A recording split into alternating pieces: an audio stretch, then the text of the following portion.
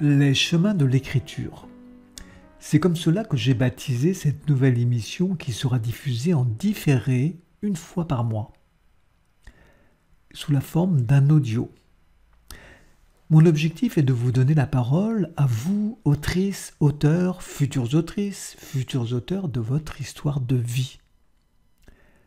J'accueillerai toutes les personnes qui le désirent, qu'elles aient déjà écrit un livre ou que leur récit soit en cours d'écriture, peu importe.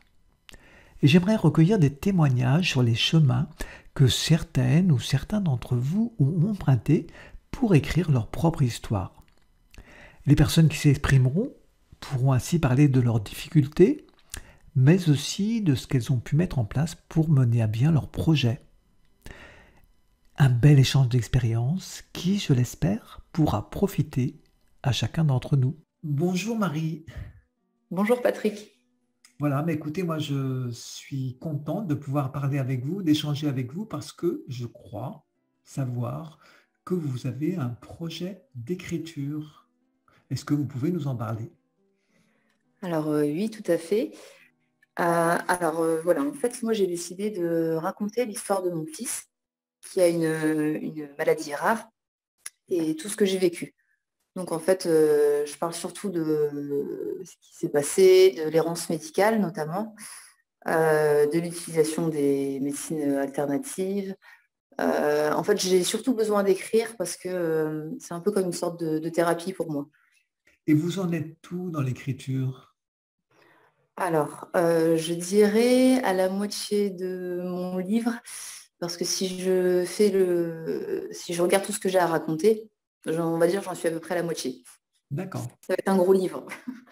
Et qu'est-ce qui a été le déclic? Pourquoi vous avez décidé d'écrire? Alors, vous avez parlé de thérapie, bien sûr, mais quel a été le véritable déclic? À quel moment vous vous êtes dit, il faut absolument que j'écrive un livre? Je pense que c'est quand les choses prenaient vraiment une tournure, à mon sens, vraiment une tournure en fait extrême. J'ai fait des choses qui sortaient de l'ordinaire. Donc là, je me suis dit que c'était tellement hors du commun que ça méritait bien un livre au sens propre comme au sens figuré. Et justement, qu'est-ce que vous attendez de ce livre? Alors, en fait, je me suis d'abord dit que je le ferais pour moi. Donc, déjà parce que j'avais besoin de raconter un peu comme un journal intime, en fait. Ensuite, je voulais savoir aussi, je voulais que mon fils plus tard sache ce qui s'est passé, par quoi, ce qu'il a traversé, ce que moi-même j'ai traversé. Donc, c'était quelque chose pour moi, mais aussi pour mon fils plus tard. Et ensuite, par la suite, je me suis dit que vraiment, il fallait faire passer un message. C'est là où je me suis dit que peut-être je le ferais publier parce que vraiment, je sais que c'est quelque chose que je ne suis pas la seule à vivre. Et je pense que ça ferait du bien à d'autres parents, en fait, notamment qui qui vivent la même chose, de voir qu'ils ne sont pas seuls et peut-être aussi d'avoir des idées, pourquoi pas des pistes, en fait, même pour leurs enfants.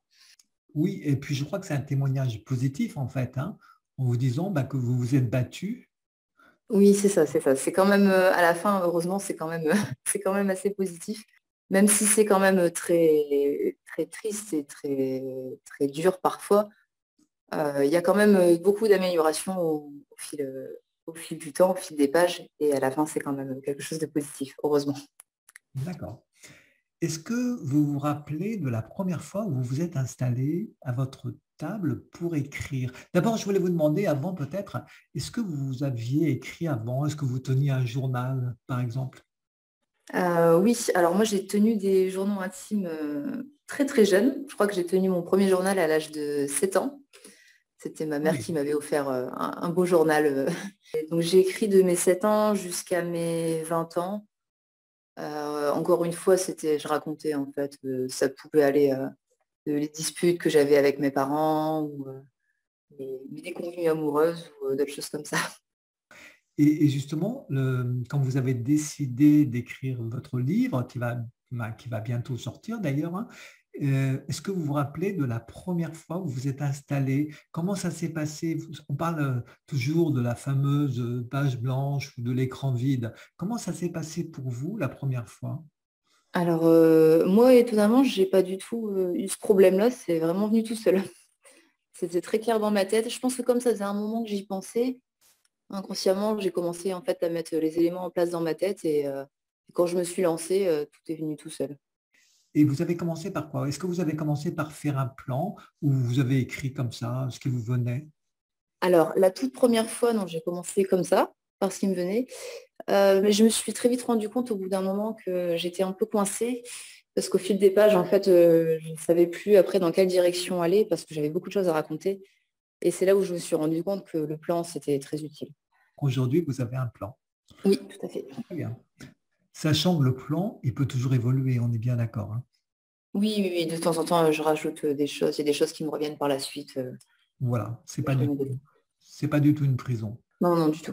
Enfin, quels avaient été les principaux obstacles que vous avez pu rencontrer en cours d'écriture ou que vous pouvez rencontrer actuellement? Alors, les obstacles, S'il y en a d'ailleurs, il n'y en a peut-être pas, hein. oui, si, il y a quand même des doutes.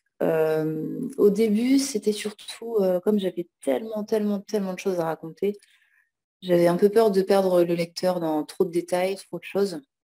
Je parle aussi en fait de médecine, donc j'avais peur que ce soit peut-être un peu trop, parfois trop médical ou que le lecteur ne comprenne pas. En fait, c'est en faisant le plan que j'ai gardé vraiment ce qui était important. Et selon moi, je ne devrais pas perdre le lecteur dans trop de détails, ça devrait aller. Donc, Et un autre obstacle, vraiment, c'était, et ça allait encore un peu, c'est surtout le regard, en fait, parce qu'on se livre, c'est assez intime, on parle de nos pensées les plus profondes, de choses dont on n'est pas forcément fier ou de choses qu'on a ressenties.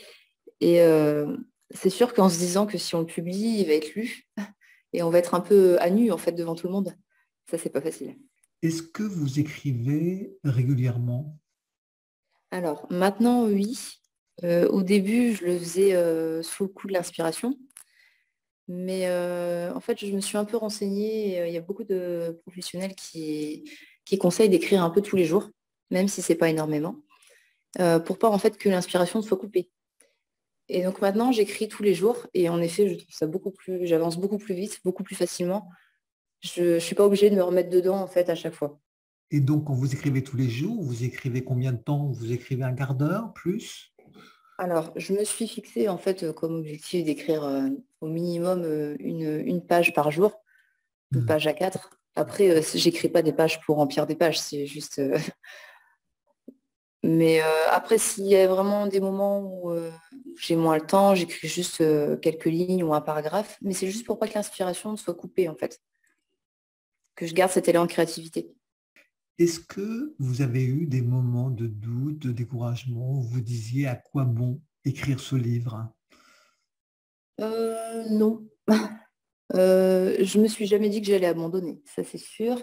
J'ai déjà eu des moments de doute par rapport aux obstacles que j'ai cités, mais non, je me suis jamais dit que j'allais abandonner. Non, je sais que j'irai jusqu'au bout.